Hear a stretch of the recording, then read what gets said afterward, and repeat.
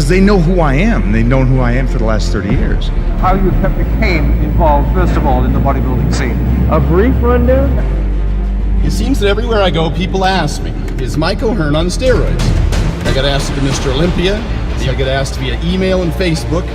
I even got asked again at the gym last night. People have done entire videos weighing in on the topic, and articles have been written in magazines.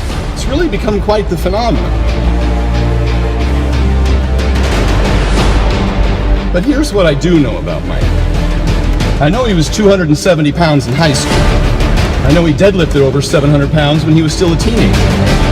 Other than his freakish combination of size, conditioning, and strength, I know Mike's never exhibited any of the other telltale signs of steroid use. He's never had a significant fluctuation in body weight.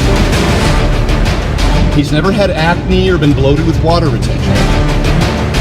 He's never ballooned up to over 300 pounds. His strength has never fluctuated significantly. Mike's a big boy.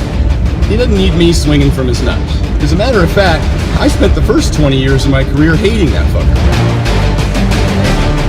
25 years ago, back in the early 90s, when I was pursuing my career in bodybuilding, Mike O'Hearn was already in the magazines. He was doing what I wanted to do, and he was doing it a hell of a lot better than I was.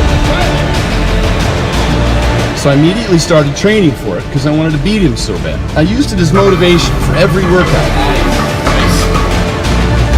Now I laugh at the trolls who get all butthurt about Mike O'Hearn, but I was that troll 25 years ago. I just didn't have a keyboard and my parents didn't have a basement.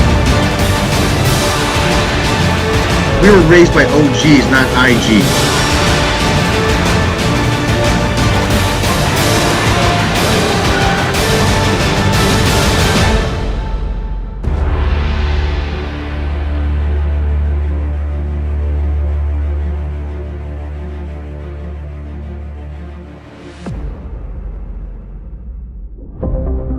So we walked to the back of the gym, and there was Mike, on the incline press, with 405 on the bar, no spotter, training by himself. And just then, I had a moment of deja vu. Ever since I began training, back when I was in college, Gold's Gym Venice was the mecca of bodybuilding, a place where all the greatest bodybuilders in history would come to train with and learn from the other greats.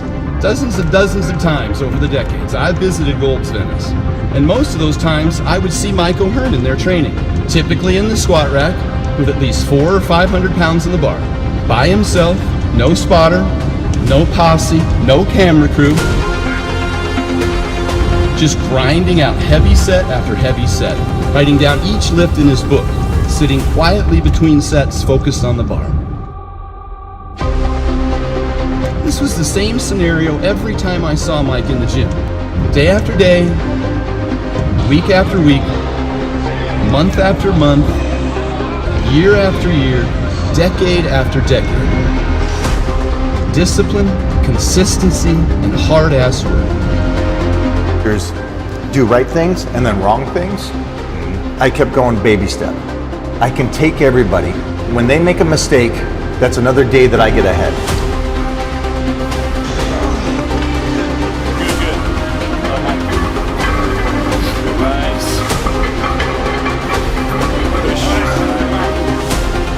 Is that he's even more dominant now. He's at his peak and dominating. So I want you to think about that for just for a second. In any endeavor, I don't care if you're in business, if you're an athlete, if you're in entertainment, to be dominant that late for that long to get better, you're talking about multiple decades of domination.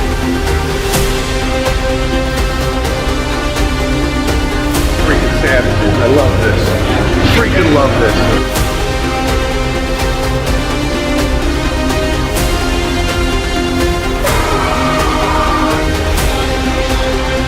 Six, 7, 8, 13,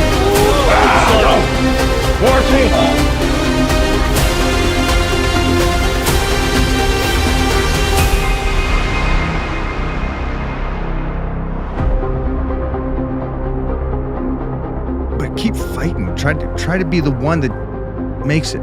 Try to be the one person that gets over the hump. The hardest things that ever happened to me are the greatest things that ever happened to me in my life. I loved being the underdog. I love that. I come from a place where I'd rather be the underdog and have to fight and put in the work because I know I can outwork anybody. An actual approach that I still use today, I'll get up no matter what happens in life and get my workout. Humans are not equal. Sorry. We're not equal. There's different genetics, there's different things, but you can make yourself better no matter what your genetic makeup. You're talking about a sophomore in school. I was a monster. I was already benching over 400 pounds by the time I was 15, squatting 550 pounds. And it's like, you're gonna be a different creature now doing what you're doing. The idea that every brick I built, I need to make sure that brick stays there. I don't go in there and lift heavy weights because I have an ego. I like the mental battle within myself. I love that fight.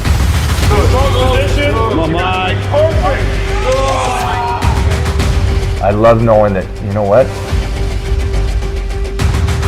Continuously get better and better.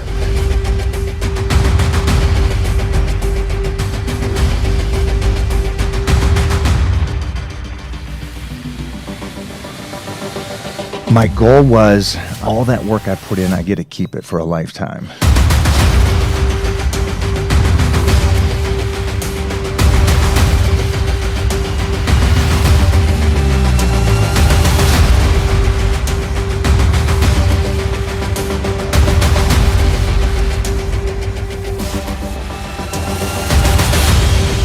The time is here!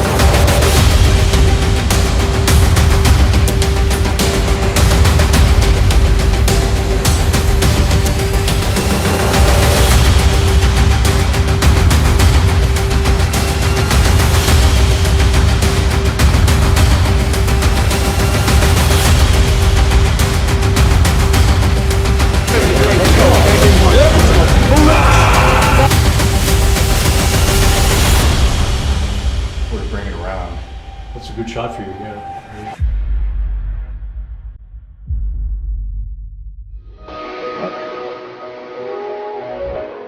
The belief of something too heavy for you, the mind just destroys you.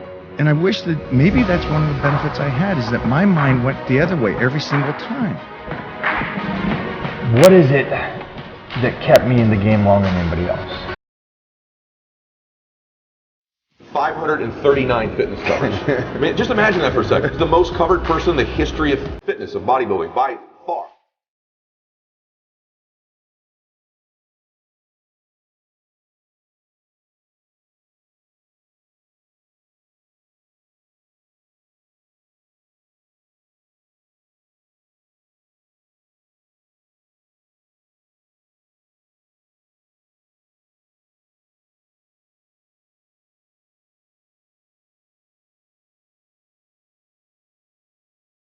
I'm always getting ready.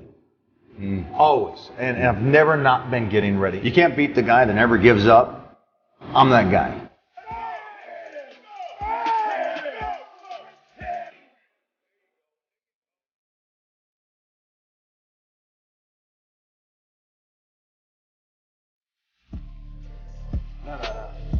Step up.